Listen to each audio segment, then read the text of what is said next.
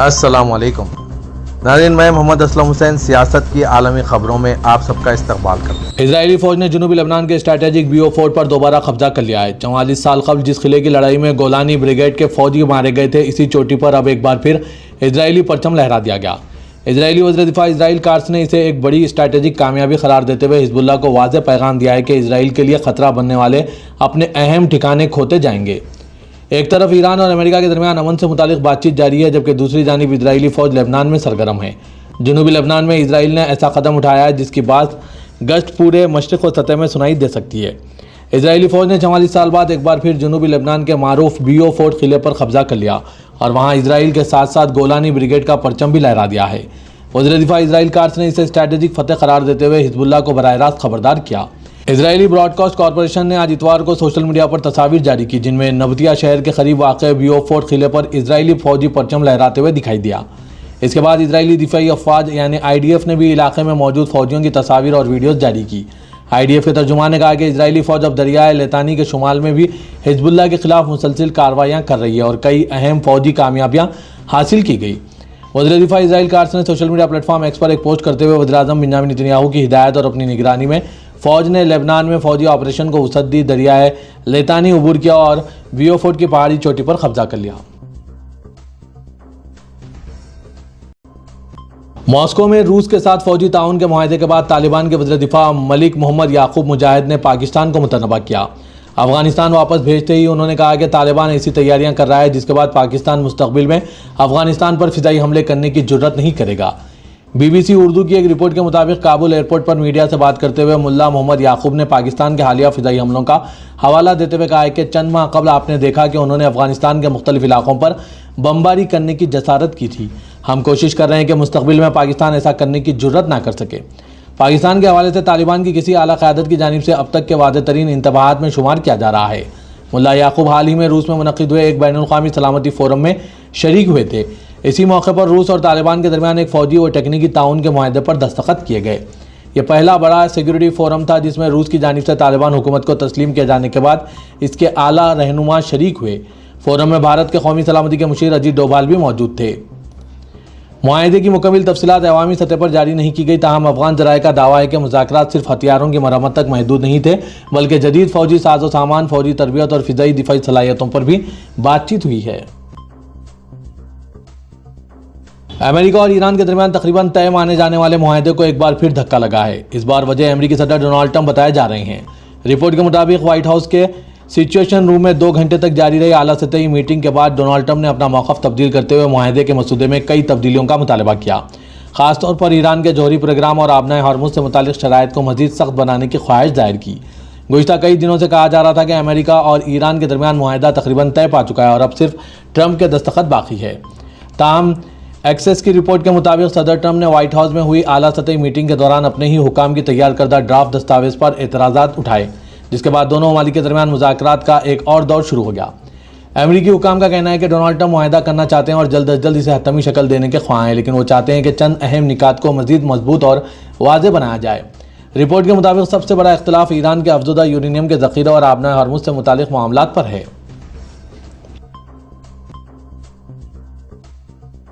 दुनिया के मायनाज wrapper कानियर waste ने आज इस्तांबुल में पहली बार अपनी शानदार परफॉर्मेंस पेश की, जिसने अतातुर्क ओलंपिक स्टेडियम में तकरीबन 1,18,000 मदाहों का एक बहुत बड़ा हुजूम इकट्ठा करके इसे साल के सबसे बड़े म्यूजिक इवेंट्स में से एक बना दिया। NTR टीम के ताउन से मुनक़िदा इस कंसर्ट ने तुर्की के साथ साथ बरतानिया, जर्मनी, फ्रांस, नीदरलैंड, इटली, रूस, पोलैंड और मशरिक़ सतह के ममालिक से आए हुए हज़ारों शायकीन को अपनी तरफ मुतवज्जे किया। ग्रैमी अवार्ड याफ्ता आर्टिस्ट की तुर्की में इस तवील इंतजार के बाद हुई पहली परफॉर्मेंस को देखने के लिए शो शुरू होने से कई घंटे पहले ही स्टेडियम अपनी पूरी गुंजाइश तक भर चुका था। इस शानदार शो में बेहतरीन लाइटिंग, स्मोक इफेक्ट्स और सिंक्रोनाइज्ड विजुअल शामिल थे। हज़ारों तमाशाइयों ने अपने मोबाइल फोन्स की फ्लैश लाइट से स्टेडियम को रोशन कर दिया, जिससे स्टैंडर्ड्स और ग्राउंड में रोशनियों का एक समंदर जैसा बन गया। अमेरिकी फ़ौज ने मशरक़ी बहर काहल में एक कश्ती पर मौलिक हमला किया, जिसके नतीजे में 3 अफराद हलाक हो गए। खबरसां इदारे AFP के शुमार के मुताबिक सितंबर में ट्रंप इंतजामिया की जानिब से इस जारहाना मुहिम के आगाज़ के बाद से अब तक हलाक होने वालों की कुल तादाद 200 से तजावीज़ कर चुकी है। सोशल मीडिया प्लेटफॉर्म एक्स पर एक पोस्ट में अमेरिकी स्क्वाड्रन कमांड ने कहा है कि यह कश्ती मशरक़ी बहर-ए-काल में मंशियात की स्मगलिंग के लिए मशहूर रास्तों पर सफ़र कर रही थी और मंशियात की स्मगलिंग की कार्रवाइयों में मुलविस थी। पोस्ट में मजीद कहा गया कि इस कार्रवाई के दौरान 3 मर्द मंशियात के दहशतगर्द हलाक हुए। इस पोस्ट के साथ जारी की गई black and white video footage में देखा जा सकता है कि खुले समंदर में मौजूद कश्ती एक जोरदार धमाके की जद में आकर तबाह हो गई। अमेरिकी फौज ने सितंबर के अवाइल में ऑपरेशन सदर्न स्पेयर का आगाज़ किया था, जिसमें सदर डोनाल्ड ट्रंप इस बात पर इसरार किए थे कि वाशिंगटन अमली तौर पर लातीनी अमेरिका से काम करने वाले मंशियात के कार्टल्स के साथ जंग की हालत में हैं। लेकिन इनकी इंतजामिया ने अब तक ऐसे हतमी शवायद फराहम नहीं किए जिनसे यह साबित हो सके कि जिन कश्तियों को निशाना बनाया जा रहा है वो वाकई मंशियात की स्मगलिंग में मुलविस थे। ईरान के चीफ मुज़ाकरातकार ने आज इतवार के रोज़ कहा है कि तेहरान अमेरिका के साथ किसी भी मुआहदे पर उस वक्त तक रजामंद नहीं होगा जब तक ईरानी हुकूक को मुकम्मल तौर पर यकीनी ना बनाया जाए। खबरसां इदारे एफपी के मुताबिक यह बयान एक ऐसे वक्त में सामने आया जब यह इत्तला सामने आई कि वाशिंगटन ने ईरान को मजीद सख्त शराइत पर मबनी अमन तजवीज़ वापस भेजा है। इस तजवीज़ में किसी भी किस्म की तब्दीली मशरिक़ सतह की जंग के बाज़ाब्ता खात्मे और आबनाए हॉर्मुज़ को दोबारा खोलने के मुआहदे में मजीद ताख़ीर का सबब बन सकती है। गुज़िश्ता चंद हफ्तों के दौरान हुए मुज़ाकरात सख्त बयानात और कभी कभार तशद्दुद के वाक़यात से मुतासिर रहे हैं। न्यूयॉर्क टाइम्स और एक्सक्यूज से आज रिपोर्ट किया कि सदर ट्रंप ने ईरान को गौर करने के लिए एक नया फ्रेमवर्क भेजा है जिसमें ज़्यादा सख्त शराइत शामिल है, ताहम इनकी तफसीलात अभी वाज़ेह नहीं है। मोहम्मद बाकर खालिबाफ ने सरकारी टीवी पर नशर हुए एक वीडियो में कहा है कि हम किसी ऐसे मुआहदे की मंजूरी नहीं देंगे जब तक हमें मुकम्मल यकीन ना हो जाए कि ईरानी अवाम के हुकूक का तहफ़्फ़ुज़ किया गया है।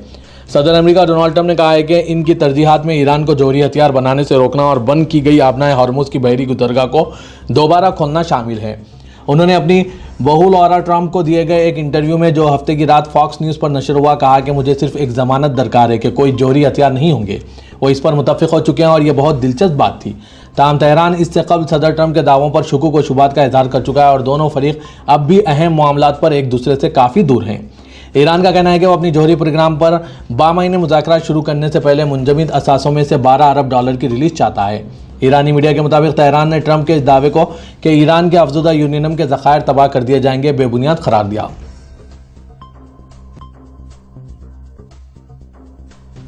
न्यूयॉर्क शहर के मेयर जोहरान ममदानी ने आज इतवार के रोज़ सालाना इजराइल डे के परेड में शिरकत नहीं की, जिससे वो कई दिहाइयों पुरानी सियासी रिवायत को तोड़ रहे हैं। जोहरान ममदानी ने यह फैसला फ़लस्तीनियों के हुकूक़ की हिमायत के बायस किया। खबरसां इदारे एसोसिएट प्रेस के मुताबिक अगरचे इस परेड के नाम वक्तन फ़वक्तन तब्दील होते रहे हैं, लेकिन इजराइल डे परेड हमेशा से मेयर्स, गवर्नर्स और दीगर सियासी रहनुमाओं के लिए एक अहम तकरीब रही, जहाँ वो 1948 में यहूदी रियासत के क़याम की खुशी मनाने के लिए एवेन्यू पर जमा होने वाले हज़ारों अफराद से खिताब करते हैं और इनकी हिमायत हासिल करने की कोशिश करते हैं। ताहम जोहरान ममदानी के लिए मामला मुख्तलिफ है।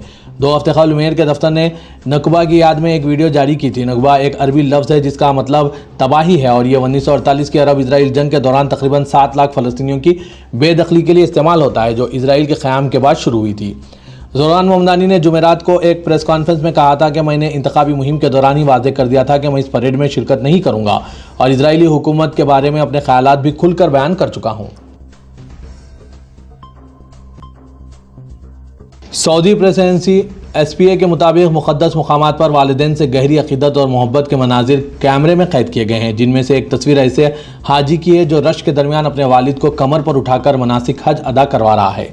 ये खूबसूरत तस्वीर वालिदैन की इज़्ज़त करने के इस्लामी इक़दार को नुमायाँ करती है, गहरी मोहब्बत दिखाती है और हज के सफ़र के दौरान सुकून और तहफ़्फ़ुज़ को यकीनी बनाती है। इफ़्तार और क़ुरबानी का ये अमल हज सीज़न के दौरान देखने में आने वाले इन मुतअद्दिद इंसानी हमदर्दी के वाक़ात का हिस्सा है, जहाँ मुख्तलिफ़ सक़ाफ़तों से ताल्लुक़ रखने वाले हुज्जाज इख़वत, ताउन और बाहमी देखभाल के एक सांझे माहौल में यकजा नज़र आते हैं। सऊदी वज़ारत इस्लामी उमूर ने शाह सलमान बिन अब्दुल अज़ीज़ की जानिब से कुरान करीम और इसके तर्जुमे के नुस्खे वापस जाने वाले हुज्जाज और फील्ड वर्कर्स में तकसीम करना शुरू कर दिए हैं। SPA के मुताबिक जिद्दा के किंग अब्दुल अज़ीज़ इंटरनेशनल एयरपोर्ट के डिपार्चर हॉल्स में कुरान करीम के नुस्खों की तकसीम का आगाज़ किया गया। बैरून मुल्क से आए हुज्जाज को तैयारों में सवार होने से पहले नुस्खों की फराहमी को यकीनी बनाया जा रहा है।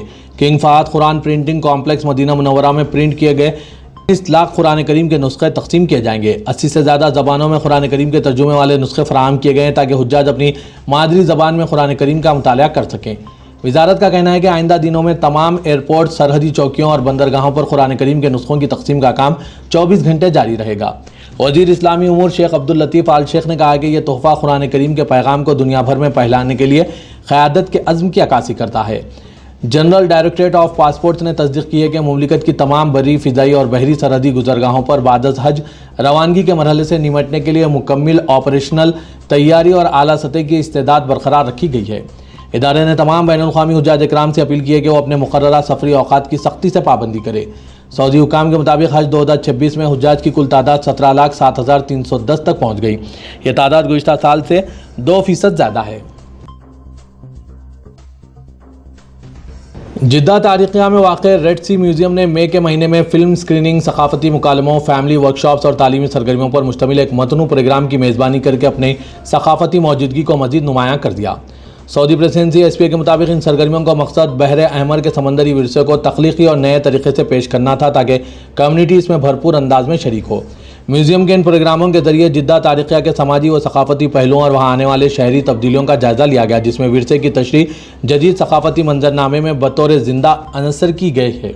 इंटरनेशनल म्यूज़ियम डे के मौके पर इस म्यूज़ियम ने हर उम्र के शहरियों के लिए सरगर्मियों का इनेकाद किया गया, जिनमें सीखने के लिए एक ऐसा सेंसरी लर्निंग माहौल फराहम किया गया जिसने खित्ते की तारीख के साथ अवाम के ताल्लुक़ को मज़ीद मजबूत कर दिया।